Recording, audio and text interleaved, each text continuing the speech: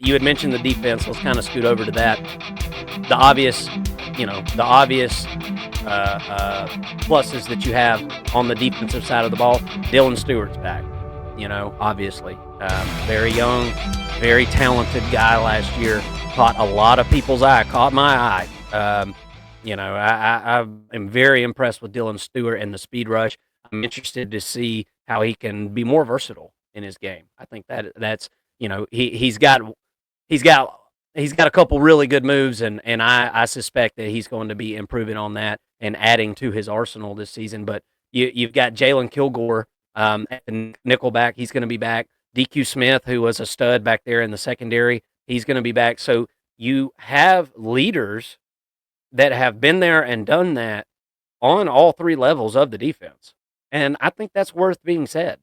I think that that's worth something. You've got guys in each pocket there that know what's going on. The biggest question, though, Mason, is going to be the interior of the defensive line and linebacker, because you lose some absolute studs on the interior of that D line, and you're really going to be relying on Fred Johnson to step up at linebacker. And from everything that I'm hearing in spring, he is stepping up.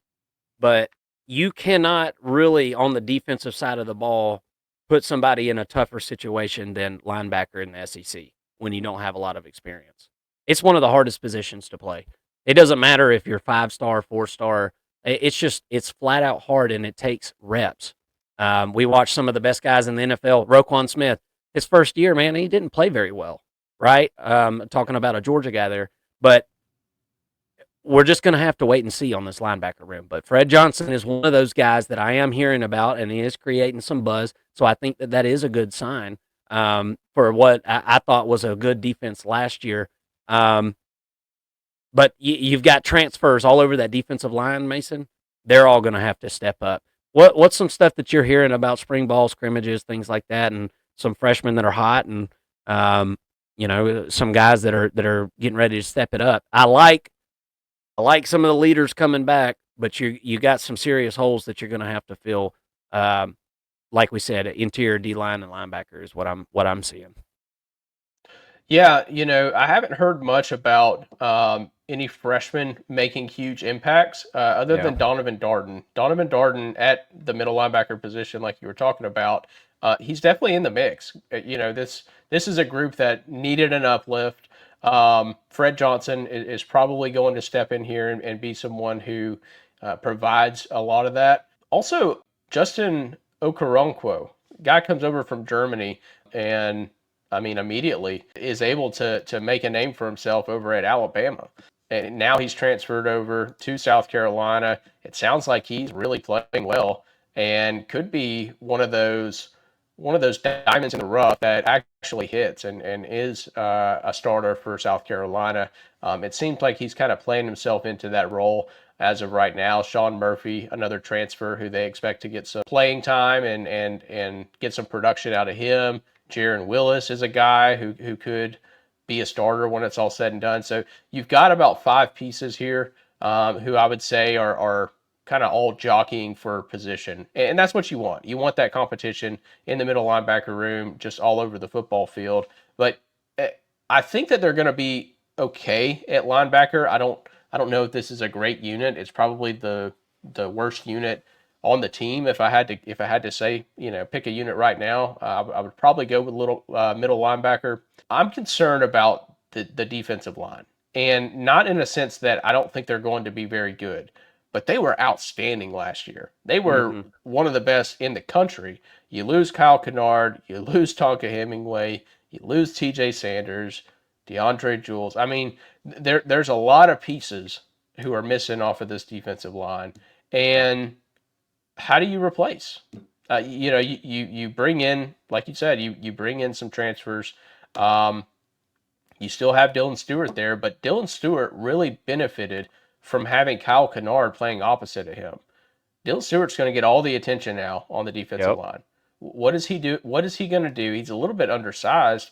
How is he going to react to being double teamed? We haven't seen it. So what you have to do is get a lot out of Brian Thomas playing opposite. of Dylan Stewart and hope that he's able to be a disruptor. And if he's Mm-hmm. not, one player I really like as a transfer who's kind of flown under the radar. He's a Missouri transfer, but Jalen Brown. Saw this guy a little bit for Missouri last year. He kind of came in some garbage time. He ended up redshirting, so he's a redshirt freshman. But similar to Dylan Stewart, 6'6", kind of a long, lean body type.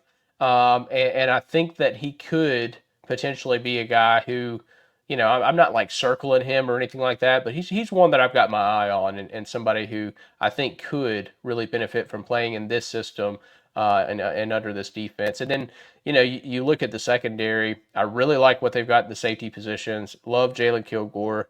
DQ Smith, I think, plays really well. Really like Peyton Williams.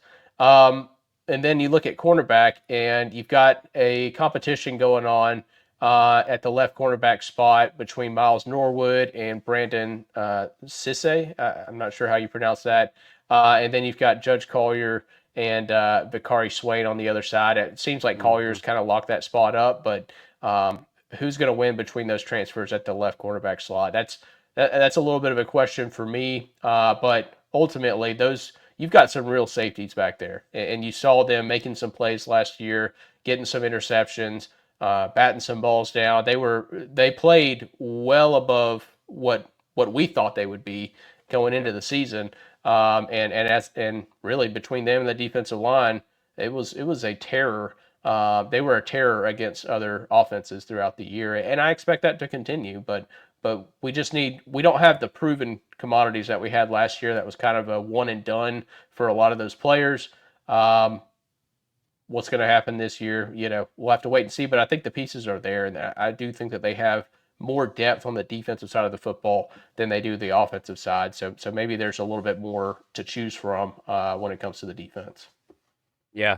Look, I think you nailed it there. You got to hit on these transfer defensive tackles because I mean, we all know what it is in the SEC. If your defensive line can create some type of crush there in the middle, it helps everybody. It keeps the linebackers free. The secondary doesn't have to, hold ground for so long.